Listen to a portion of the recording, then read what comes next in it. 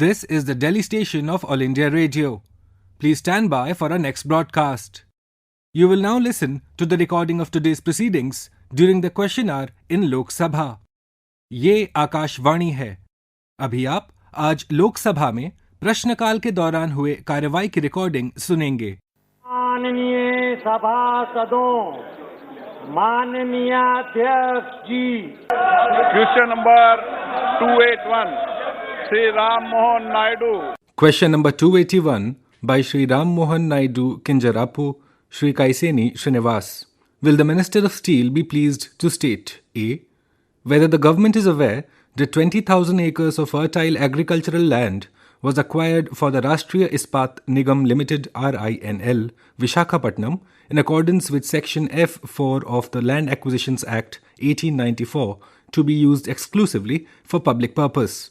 B. If so, whether the transfer of aforesaid land to a private entity is legitimate. C. If so, the details thereof. D. The details of the criteria according to which the government plans to transfer the land acquired for public purpose to a private entity. E. The details of the net profits made by all steel public sector undertakings PSUs in the country during the last 10 years. F. Whether the government has not allotted a captive iron ore mine to RINL even after the aforesaid plant significantly increased its profits. And G. If so, the details thereof. Shri Ramchandra Prasad Singh, Minister, Steel. माननीय मंत्री जी। अध्यक्ष महोदय, उत्तर सभा पटल पर रख दिया गया। अन्य सदस्य। Sir, first of all, I'd like to start my question by saying that in the answer it has been mentioned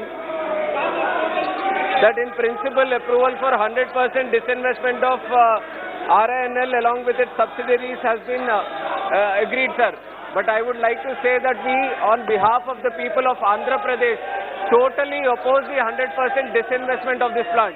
The central government also needs to understand that 16,500 farmers donated to the tune of 22,000 acres for establishment of this plant, sir. The central government didn't come to Vizag to establish the plant. The people of Andhra Pradesh, not just present Andhra Pradesh but including Telangana, all the Telugu people fought so that the plant will come to Andhra Pradesh, especially Vishakhapatnam, so that the people, the youth will get jobs, sir. 16,500 farmers में से 8,200 लोगों को ही job मिला है।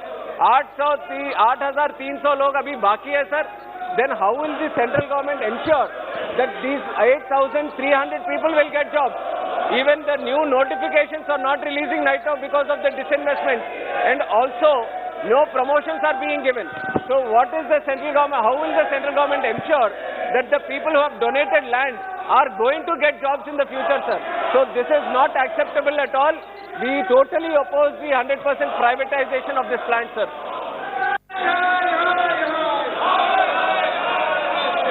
माननीय अध्यक्ष महोदय, ये सरकार का जो निर्णय है ये बहुत ही उचित निर्णय है और जैसा बता रहे थे वो कि 16,000 से अधिक जो किसान हैं उनकी जमीन ली गई थी और उसमें सहमति बनी थी कि 5,000 लोगों को नौकरी दी जाएगी और आज की तारीख में जैसा वो खुद बता रहे हैं 8,000 से ज़्यादा लोग जो डिस्प्लेस हुए हैं उनको नौकरी दी जा चुकी है।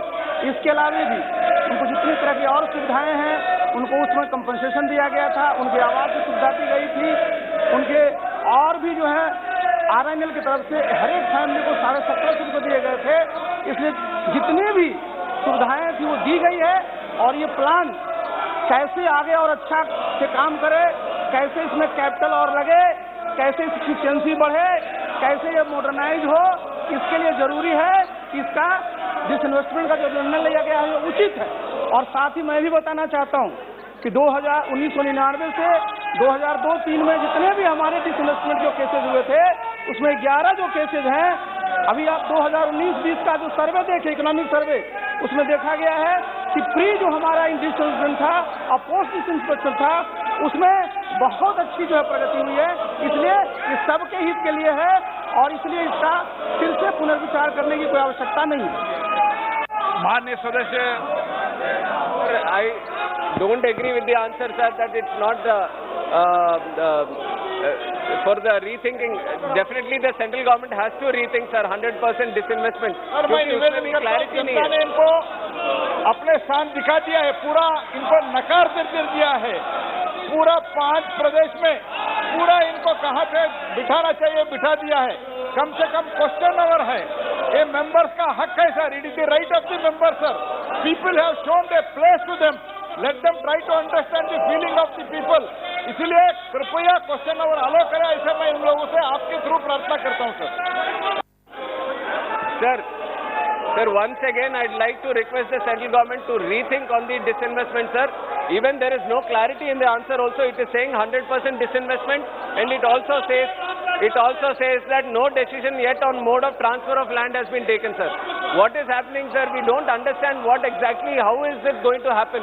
And my second question will be, sir, because the minister himself is talking about betterment of the plant, of making it more efficient and all, then why hasn't the central government accorded any captive mine to the Visakhapatnam steel plant? Whereas in the sale, sir, there are 14 captive, non-captive mines are there, and 3 iron ore mines have also been allocated. Then even the standing committee has also at one point of time recommended that the captive mine has to be given for RINL also. But for so many years it has not been accorded. Then if really the central government thinks about improving the efficiency of their plants, improving the profitability of the plant, why hasn't any captive mine been allocated to Visakhapatnam steel plant, sir?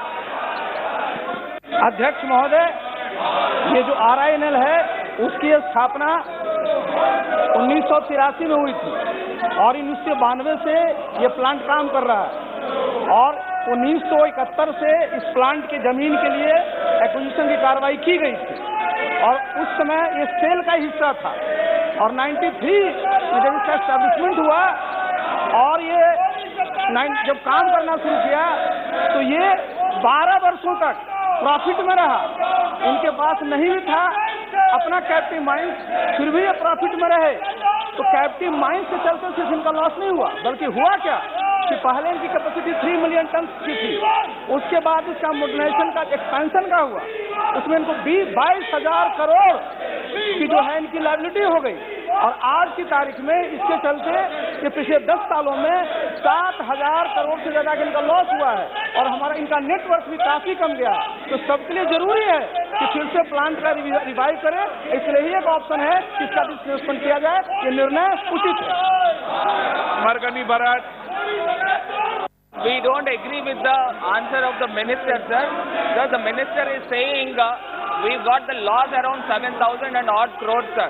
Sir, why the company has became loss making, sir? Just because you didn't allotted captive mines to the Visakhapatnam steel plant RINL, sir.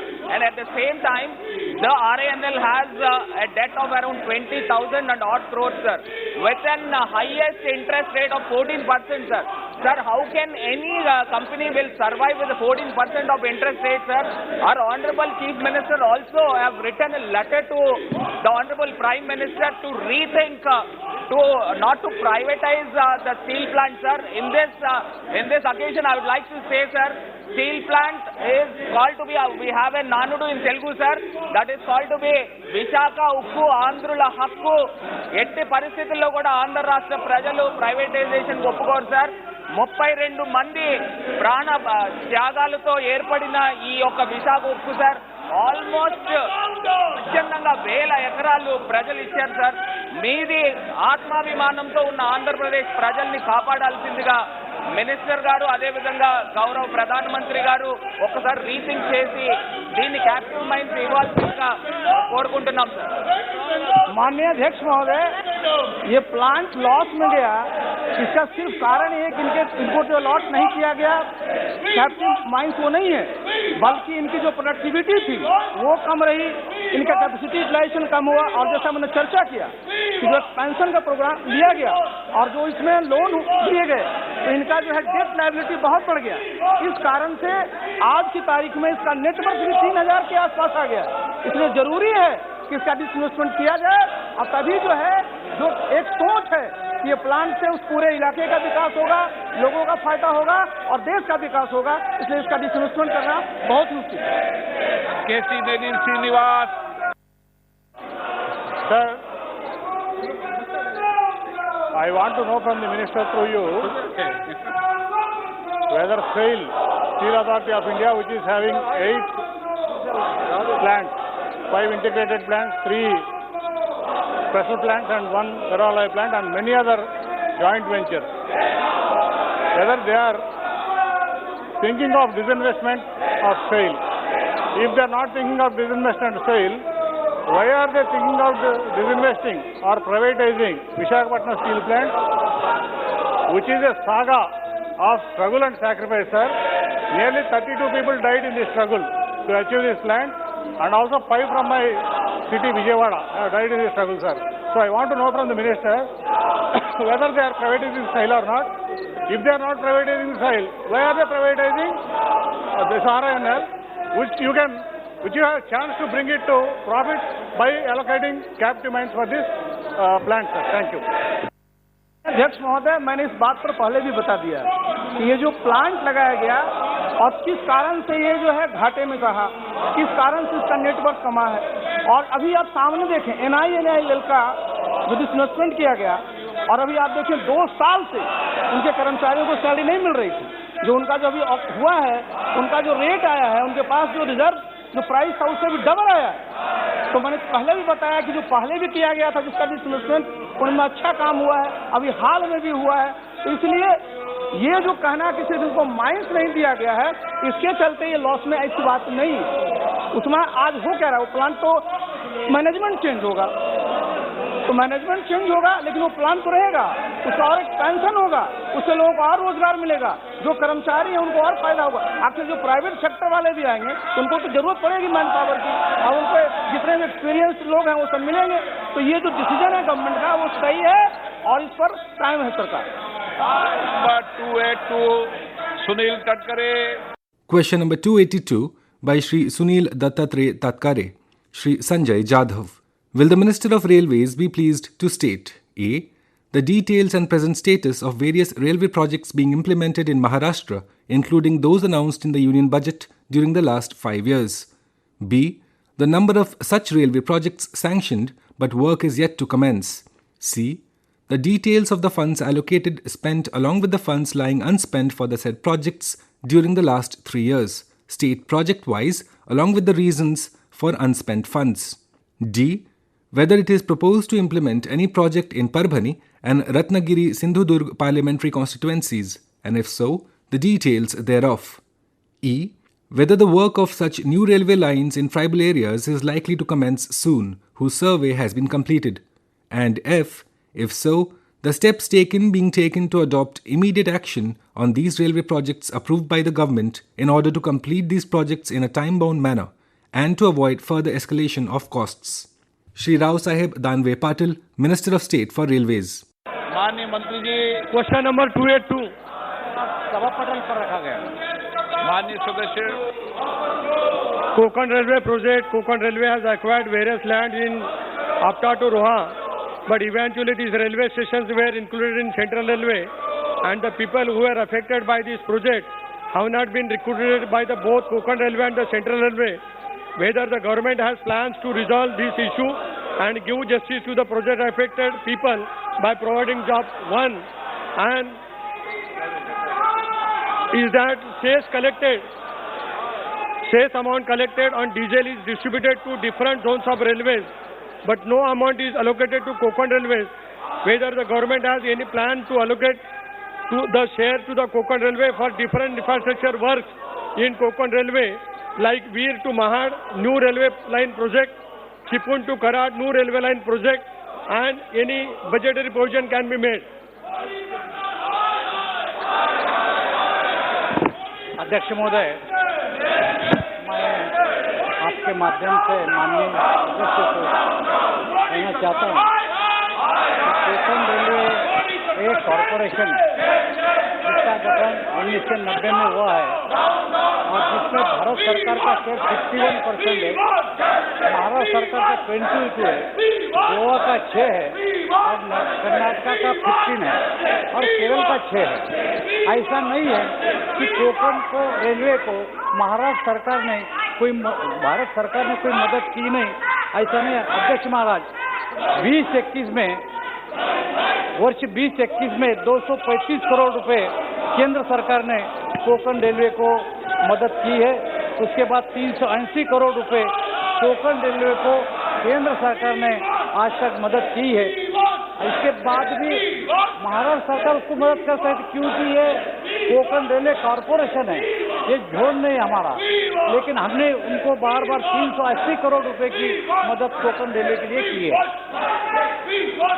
Sir, can I ask Honorable Minister that Konkan Railway can be merged in Indian Railways, one, and another thing, especially Karad to Chipun and Vaibhavat to Kolhapur, these projects are well important for the Konkan area to connect Western Ghats.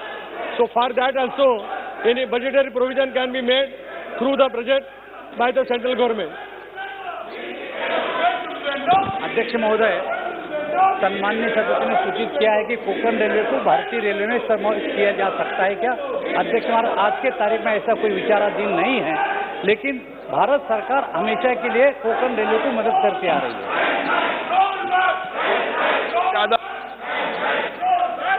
Shri Sanjay Yadav, Shri SP Patil,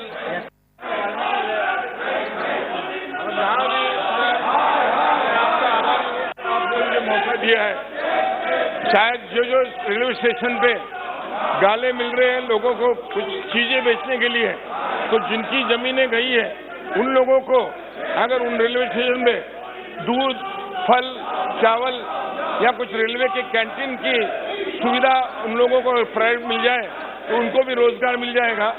और हर एक बच्चे को अगर कुटुंब में जमीन गई है उसको अगर नौकरी मिलेगी रेलवे में, तो उनकी जितनी भी आमदनी कम हुई है उनको नई आमदनी मिलेगी।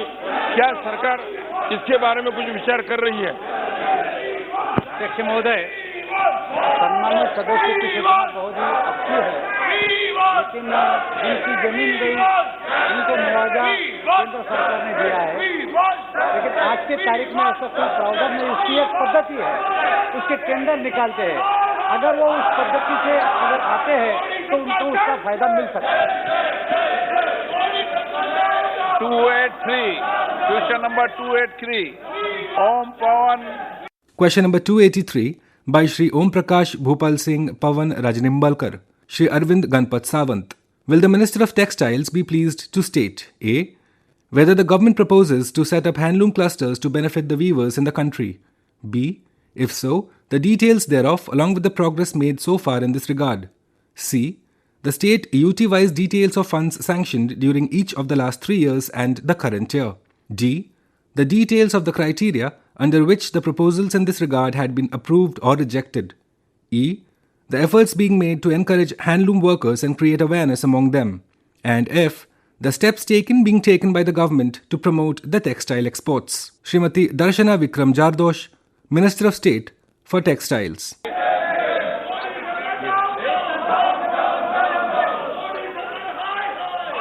श्री शशि थरूर जी, शशि थरूर जी, चिंता मुद्रा में है शशि थरूर जी। नो, निशिकांत दुबे। धन्यवाद सभापति महोदय। माननीय प्रधानमंत्री जी ने 7 मेगा हैंडलूम क्लस्टर जो है अनाउंस किए सर, और उसके लिए पैसा दिया। उसमें से 1 मेगा हैंडलूम क्लस्टर मेरी कॉन्स्टिट्यूएंसी गोड्डा में है सर। उसके लिए 100 करोड़ रुपया भारत सरकार ने दिया, जिसमें कि 20% पैसा जो है राज्य सरकार को लगाना था। झारखंड सरकार पिछले 2 साल से कोई पैसा नहीं लगा रही है और वो 20% नहीं दे रही है। इसके कारण वो प्रोजेक्ट जो भारत सरकार ने पैसा दिया वो सब कूड़े के भाव में चला गया और वो करप्शन की भेंट चढ़ गया। मेरा आपके माध्यम से भारत सरकार से ये मांग है सर कि क्या इस प्रोजेक्ट के बारे में भारत सरकार को जानकारी है, और जानकारी है तो क्या इसकी CBI जांच कराएगी? अध्यक्ष महोदय, जिस तरह से हमारे सदस्य ने ही बताया कि जो भी इम्प्लीमेंटेशन करना होता है, जो भी योजना का वो स्टेट को करना होता है। केंद्र सरकार जो अपनी योजनाएं बताती है वो उसमें राज्य सरकार का योगदान होता है। तो उन्होंने खुद कबूल किया है कि राज्य सरकार ने अपना योगदान नहीं दिया और ये इससे रिलेटेड भी नहीं है, लेकिन अब नई कई सारी योजना बन रही है। मैं आपके माध्यम से सदन को बताना चाहती हूँ कि एग्रीकल्चर के बाद में सबसे ज्यादा रोजगार देने वाला और लोगों से जुड़ने वाला सेक्टर हैंडलूम और हैंडीक्राफ्ट और टेक्सटाइल है, जिसमें सबसे ज्यादा लोग जुड़ते हैं। और इसके लिए कई योजना माननीय प्रधानमंत्री जी के नेतृत्व में हमने बनाई है, जिनका उनको भविष्य में लाभ मिलेगा। श्रीमती हेमा मालिनी। धन्यवाद। मैं माननीय टेक्सटाइल मिनिस्टर से जानना चाहती हूँ कि हमारे देश में विभिन्न क्षेत्रों में कला और कलाकार बहुत ही प्रसिद्ध हैं। उसमें से मधुबनी पेंटिंग बिहार के, कलंकारी आंध्रा के, और पटचित्र उड़ीसा और वर्ली आर्ट महाराष्ट्र का। इन सब कलाओं को आप लोगों ने टेक्सटाइल प्रोडक्ट द्वारा उसके माध्यम से बढ़ावा दिया है, जो बहुत सुंदर से साड़ी भी बनती है और वॉल हैंगर्स भी और अन्य बहुत चीज़ों में काम आता है।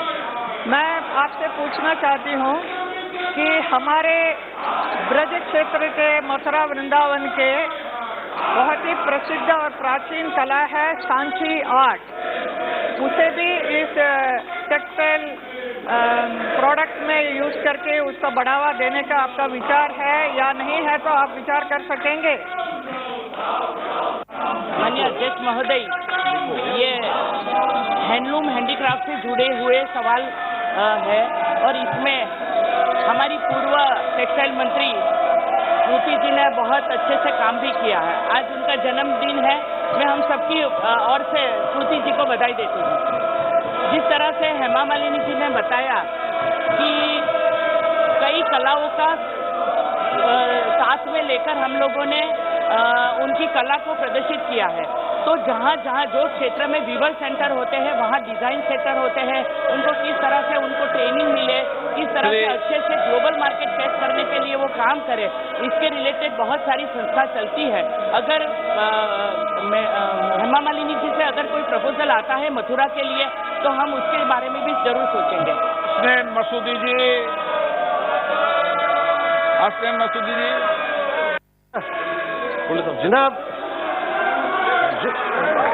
जनाब हैंडलूम जम्मू कश्मीर के लिए बड़ी इम्पोर्टेंस रखता है।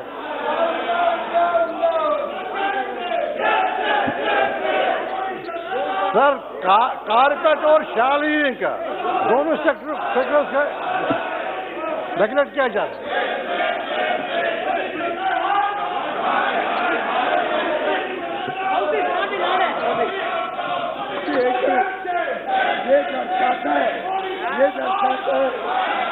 ये दर्शाता है कि जम्मू कश्मीर के प्रति इनकी क्या संवेदना है कि एक माननीय सदस्य जम्मू कश्मीर के हस्तशिल्पों के बारे में, कलाकारों के बारे में बोलना चाहे, कुछ प्रश्न पूछना चाहे, और ये कांग्रेस पार्टी और उनके मित्र दल जम्मू कश्मीर के साथ ऐसे ही अन्याय करते आए, वर्षों तक करते आए, और जनता ने उनको सबक बार बार सिखाया।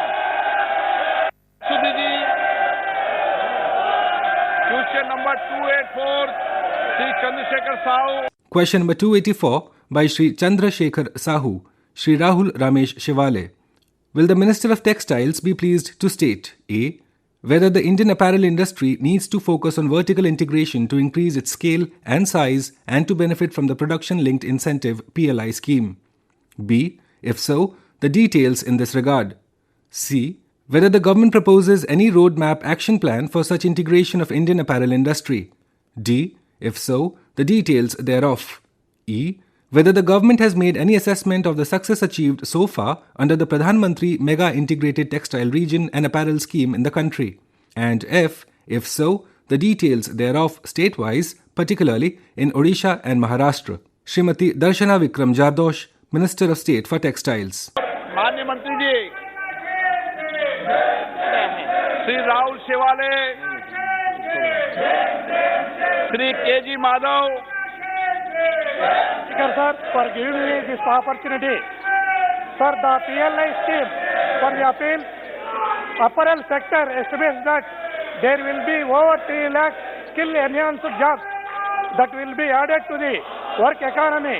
Given that India has a majority of unskilled population, what is the government doing to improve and to increase specializations and skilling in this sector in particular and the funding for the same?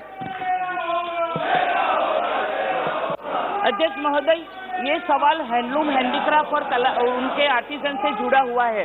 ये जो प्रश्न है हमारा PLI scheme और जो mega park बनने वाले हैं उनको क्लब करके पूछा गया है।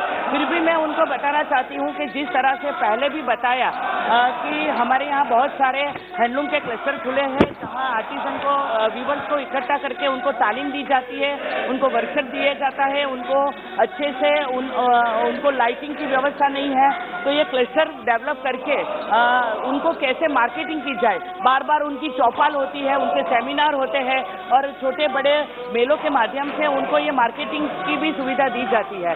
तो उन्होंने जो सवाल पूछा है इससे रिलेटेड नहीं है। क्वेश्चन नंबर 289, श्रीमती चिंता Anuradha. Question number 289 by Srimati Chinta Anuradha, Srimati Godetti Madhavi. Will the Minister of Earth Sciences be pleased to state A. Whether Indian Meteorological Department IMD forecast of monsoon in Andhra Pradesh has been accurate during the current year, and if so, the details thereof. B. Whether the government has identified the reasons for heavy rains, and if so, the details thereof. And C. Whether any scientific advances have been made with regard to making precise predictions, and if so, the details thereof. Dr. Jitendra Singh, Minister of State, Independent Charge, Earth Sciences. Thank you, Speaker, sir. Although India is dependent on satellite data and computer models for weather forecasting, other advanced countries have moved ahead with integrating supercomputers into the forecasting that collect and visualize data from satellites. These supercomputers can process huge data in seconds, thereby speeding up the process and enhancing accuracy. Has the government taken any steps to integrate supercomputers into its forecasting model? No, Honorable Speaker, sir, through you I would like to reply to the Honorable Member. Her concern for the meteorological forecast, particularly in the context of the state of Andhra Pradesh. I think she would appreciate that in the last few years, under the guidance of Prime Minister Narendra Modi, we have a very integrated approach in forecast. It's not only satellites, it's also radar, it's also Doppler weather forecast and automatic weather forecast machines. As a result of which, our forecast is almost 100% accurate. And if you permit me, I would like to show over here, we have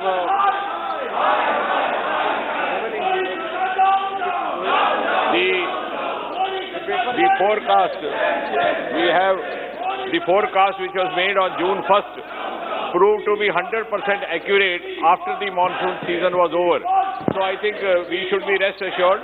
Now as far as Andhra Pradesh is concerned, there has been no visible climate change noted in the past, although overall there has been an increase in 40% in the rainfall across the country. Sir, devices like the agro-meteorological tower and Doppler weather radar systems augment the ground-based observations from the atomic weather stations that measure temperature, sunshine, wind direction, speed and humidity. Can the Honorable Minister provide details of how many agromet and DWR systems have been installed in the country and whether the government proposes to increase the number of such devices in the near future? Thank you. It's important information with the August House. In the last few years, we have made rapid strides in this field. She is rightly pointed out, agro-meteorological field units are particularly meant to address the concerns of the farmers. Now, to be very specific to her query, we have 130 right now in total across the country, and of course the number goes on increasing. And as far as Andhra Pradesh is concerned, we have 14. If you permit me, I can give you state-wise breakup also. We have 3 in Arunachal Pradesh, 14 in Assam, 16 in Bihar, 12 in Chhattisgarh, 1 in Goa, 17 in Gujarat, 15 in Haryana, 7 in Himachal Pradesh, 8 in Jammu and Kashmir, 9 in Jharkhand, 22 in Karnataka, 8 in Kerala, 23 in Madhya Pradesh, 1 in Lakshadweep, 3 in Meghalaya, 2 in Mizoram, 2 in Nagaland, 2 in Manipur, 2 in New Delhi. I think that should satisfy the honourable member. G. Madhvi. Thank you, Speaker, sir. Has the government entered into any collaboration with domestic or international private players to improve the forecasting for rains and monsoons?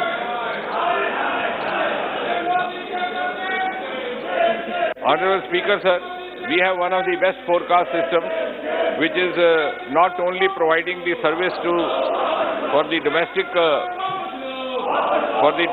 reasons, but also to the neighbouring countries like Nepal, Bhutan, Afghanistan, Sri Lanka, and as the earlier member had questioned whether the satellite facility is also being utilized, I like to share in response to this question that under the instructions of Prime Minister Modi a few years back, we had launched what is known as the SARC satellite, which also caters to the satellite information of the neighbouring countries through India.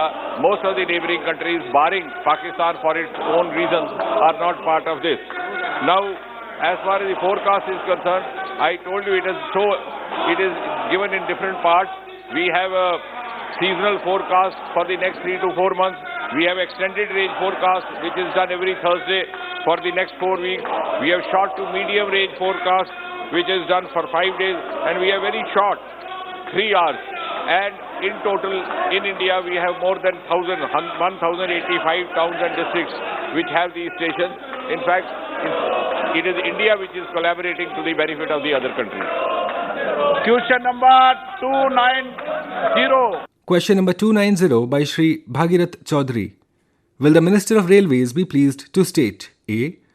Whether 2 new escalators and lifts were approved for the Kishangarh railway station premises in Ajmer in the previous railway budgets of 2017-18 and 2018-19, and if so, the details thereof. B. Whether the amount sanctioned for the Kishangarh railway station has been transferred arbitrarily by railway officers to other railway stations on the basis of reduced passenger load, and if so, the factual details thereof. C. Whether the government and the higher officials of the railways propose to install the earlier sanctioned escalator soon, keeping in view the difficulties faced by women, divyangs, elderly and children in climbing and descending the stairs of foot overbridge located at the said railway station premises. And D. If so, the time by which it is likely to be constructed, and if not, the reasons therefor. Shri Rao Sahib Danve Patil, Minister of State for Railways. माननीय मंत्री जी, rail मंत्री जी, 290। सभा पटल पर रखा है। अध्यक्ष महोदय जी, आपके माध्यम से मेरे रेल मंत्री जी से निवेदन है कि 2018-19 में उस बजट में किशनगढ़ में 2 एक्सीलेटर और 1 लिफ्ट का उसमें घोषणा करी थी और बजट में वो पास किया हुआ था।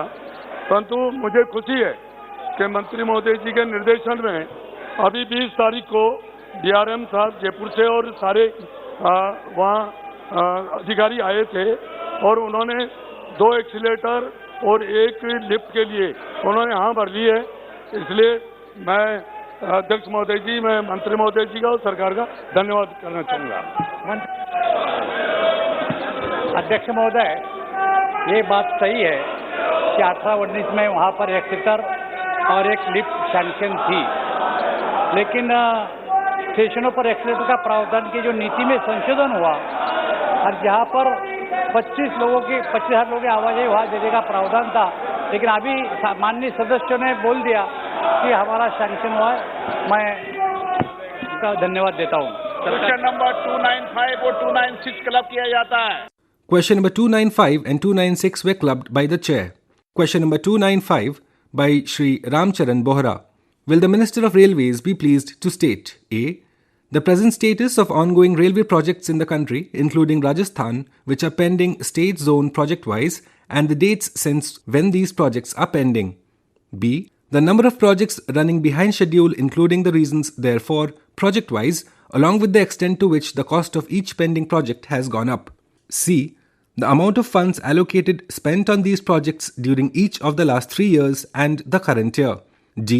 The state-wise number of projects held up lying pending due to shortage of funds. E. The time limit fixed for completing the said railway projects and the steps taken by the railways in this regard. And F.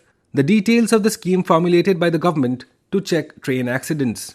Shri Ashwini Vaishnav, Minister of Railways. मैं आपके माध्यम से rail मंत्री जी से जानना चाहता हूं कि 2018 में बजट में घोषणा हुई थी जयपुर सवाई माधोपुर रेलवे का दोहरीकरण के बारे में 950 करोड़ रुपए का प्रावधान किया गया था, लेकिन आज तक ये काम चालू नहीं हुआ है।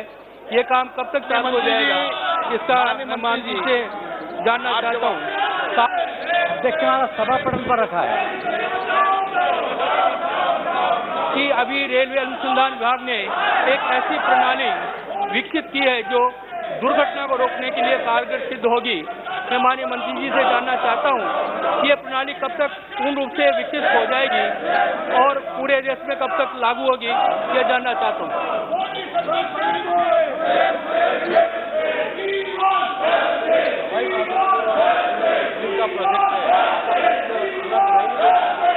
अगर रिपीट करें तो अध्यक्ष जी, अगर आपकी अनुमति तो एक बार फिर से क्वेश्चन को रिपीट करें।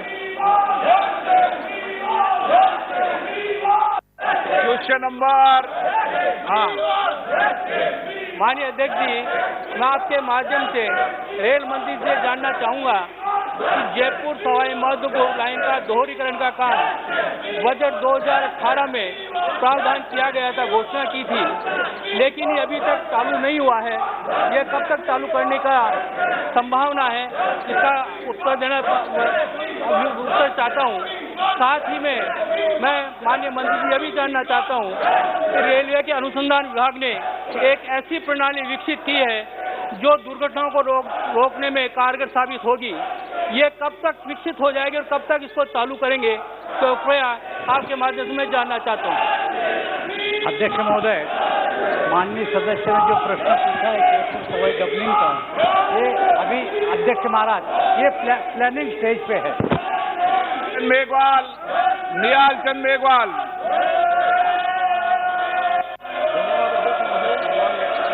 मैं आपके माध्यम से माननीय मंत्री जी से जानना चाहूंगा कि वर्ष 2018-19 में रेलवे विभाग द्वारा मेरे संसदीय क्षेत्र के जोड़किया, हिरणावाली, बुगनावाली, दलपत सिंहपुर और मेरा सांसद आदर्श गांव डोरालपुरा, बुग्गिया, फतेहगढ़ सिंहवाला और मसानीवाला मोहनगरी रेलवे स्टेशन अपग्रेड 2018 में किए थे, जिनको अब तक चालू नहीं किए।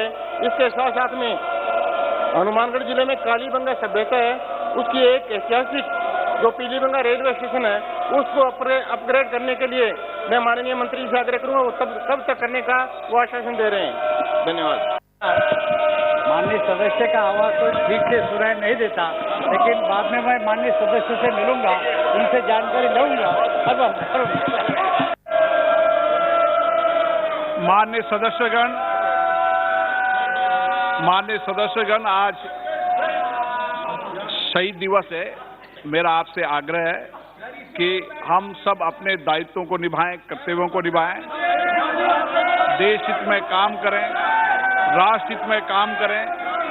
मैंने सुबह आप सबको संदेश दिया था कि अमृत महोत्सव में हम उन शहीदों की कुर्बानियों को याद करते हुए राष्ट्र के प्रति अपने आप को समर्पित हों। प्रश्नकाल एक महत्वपूर्ण समय होता है। आप अपनी सीट पर जाकर बैठें, मैं आपको मौका दूंगा आपकी बात को रखने का शून्यकाल में। आप अपनी जगह पर सीट पर जाके बैठें, मैं शून्यकाल में आपको मौका दूंगा। प्रश्नकाल आप सबका है, हम सबको अपना दायित्व निभाना चाहिए। आप देर रात्रि को बैठकर सदन की कार्रवाई में हिस्सा लेते हैं। एक एक विभाग की डिमांड फॉर ग्रांट पर 11-11 घंटे चर्चा मिलती है।